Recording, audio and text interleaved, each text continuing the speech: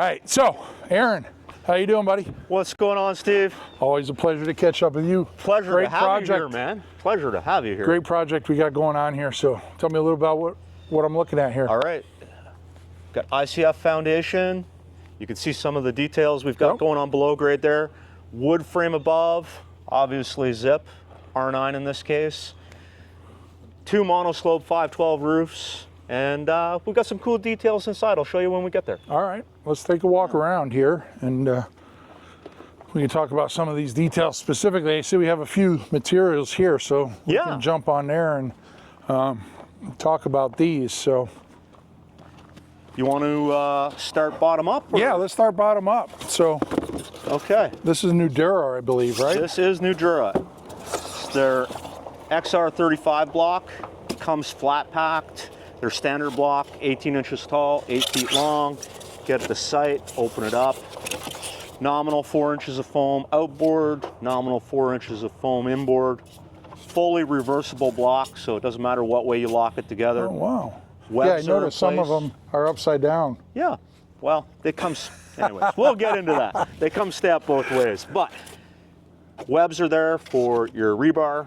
Depending on where you live and your reinforcement requirements, it's set up for you. And it's just a great product. I've been using it for a long time. But these are 8 foot lengths, you said, 8 foot lengths Which is standard. A little longer than usual. So they've been running Not for them, but no, over 20 years they've been running 8 foot lengths. Yeah, I've never used them before, but we do have a project that we're prepping for to use their the Nudura block. So I've used a few other products in between here and there, but I always come back to Nudura. Yeah, and for the viewers out there that aren't familiar, ICF, which stands for Insulated Concrete Forms.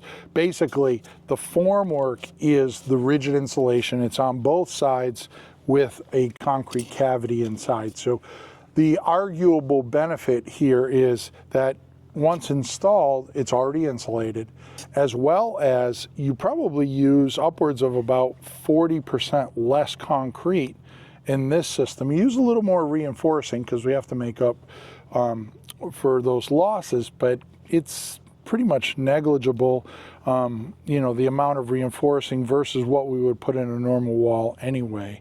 It is negligible, and from a carpenter's perspective, you carry the form, which is extremely easy to carry, into the hole, and the form stays in the hole. You don't have to handle form boards, and this is extremely friendly for anybody who has a little bit of carpentry experience to use. You don't need a specialist to come in and do your formwork. Yep. You can handle your forming and your framing all in-house very easily. Yeah, and one of the nice things, you know, to mention is, yeah, we're somewhere in Canada, we're up on an island. So when you talk about building on an island, you're talking about significantly different logistics than, say, building, you know, back home in the Boston metro area, where we pretty much have access to everything. And we have access to a lot of everything, meaning that there we might have 10 different concrete companies to choose from to do our form work. When you're on an island like this, there's probably 1 or 2 concrete. One. So you either live with his price or you don't. So this gives you an option to deal with maybe not using him for whatever reason.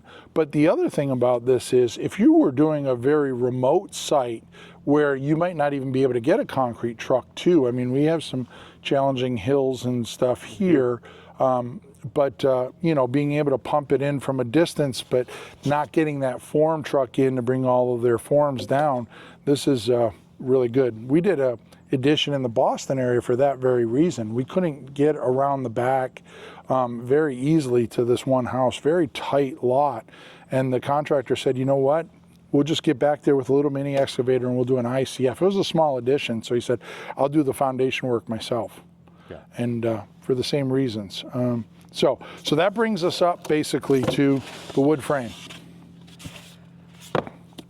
So then we switch to standard wood frame construction. Yep. Some of it's 16 on center, some of it's 2 foot on center, but we're using the R9 zip. So we've got our 7/16 structural panel laminated to 1.5 inches of polyiso.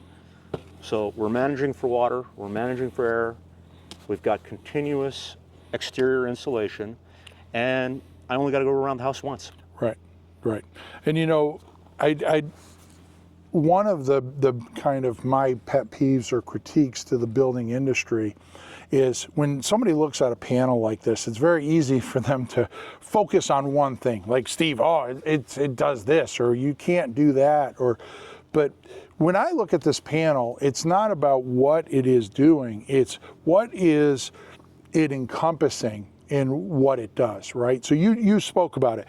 It's a structural panel, right? Number one. Number two, it has a weather resistive barrier on the outside. The minute I tape the joints, number three, I have a primary air barrier now. Number four, the minute I put a piece of rigid insulation on the inside, I've worked towards thermal continuity in my thermal control layer. But the one thing that a lot of people forget about also is the vapor profile of this system. Now, a lot of people are really quick to condemn it and say, oh, Steve, you don't understand. Vapor can't get through the polyiso. I do understand that. And I understand that when we put this wall system up, we need to provide a provision for it to dry to the inside. But one of the true benefits of this is the minute I put that R9 in, I get the thermal benefit, but understand that that thermal benefit is twofold. There's a fork in the road. There's the road that suggests, okay, I have the R value here, which basically doubles the R value at the stud, right? So you take a house like this, even though it's very well framed, we're still at probably about 15% of what I call the opaque framing of the structure. And in a 2x6, we're probably talking about R5.5 or so, somewhere in there. So the minute I put the R9 across the front of that, that 5.5 now goes to 14.5, right? So I've more than doubled the effective R value there.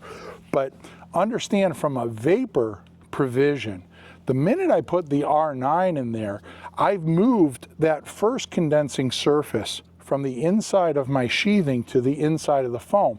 But more importantly, I've warmed it. Now, for those of you that thoroughly understand vapor profiles, then you know 1 degree difference is the difference between water staying in the vapor form and water condensing. So the minute I put R9 in there and I elevate this, say 5, 6, 8 degrees, right, depending on your climate, then what I've done is I've taken that first condensing surface out of an area of higher risk and minimized that risk and have taken it into an area of very, very low risk. So when you're thinking about R sheathing, you really need to understand all of the benefits that you're getting from that. The other thing that, before we move on, that I'm going to point out here, because I know people are going to comment on it, Steve, you don't understand, we build by the coast, we can't use an insulating, shear, we got wind, we got earthquake. Ocean's 200 feet away from this house. This house has been engineered by a structural engineer, and guess what? Zip R9 panels are on there. Yes, do we have to do some different detailing? Yes. Does it cost a little more? Yes. But what house on the coast doesn't have a little bit more detailing, have structural engineering, and cost a little bit more, right? It's a matter of going through the exercise and putting the right team in place. So we've got 3 other structures along this stretch of coastline. Some of them have been up for quite a few years now. Right. One's been up for over 5. R9 zip, still standing.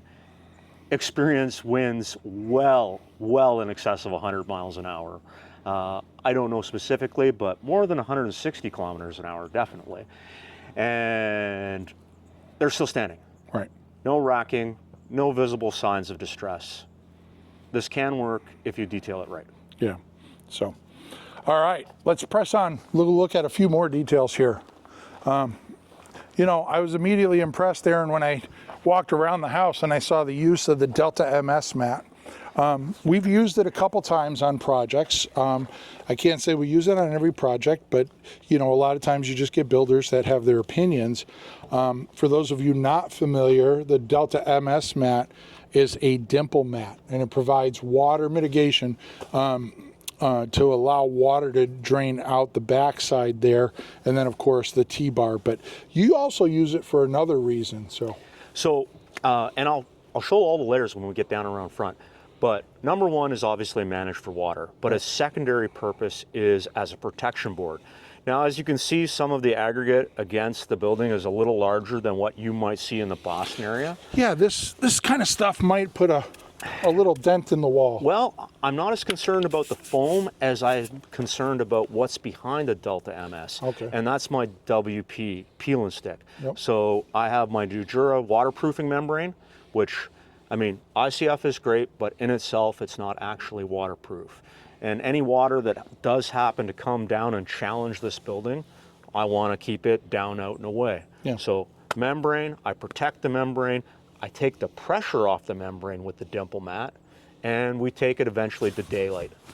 Why don't we take a walk down and we can take a look at that membrane down there. As I know, when we go around the corner there, we can expose it. So, you know, for those of you watching the video, take note. I wasn't lying about the water being about 200 feet away. You can see that's Atlantic Ocean right there.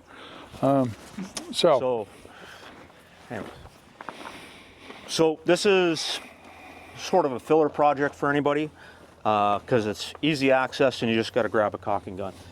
We use Dimonic 100 to smear seal our peel and stick, our Nudura waterproof membrane, to the foam.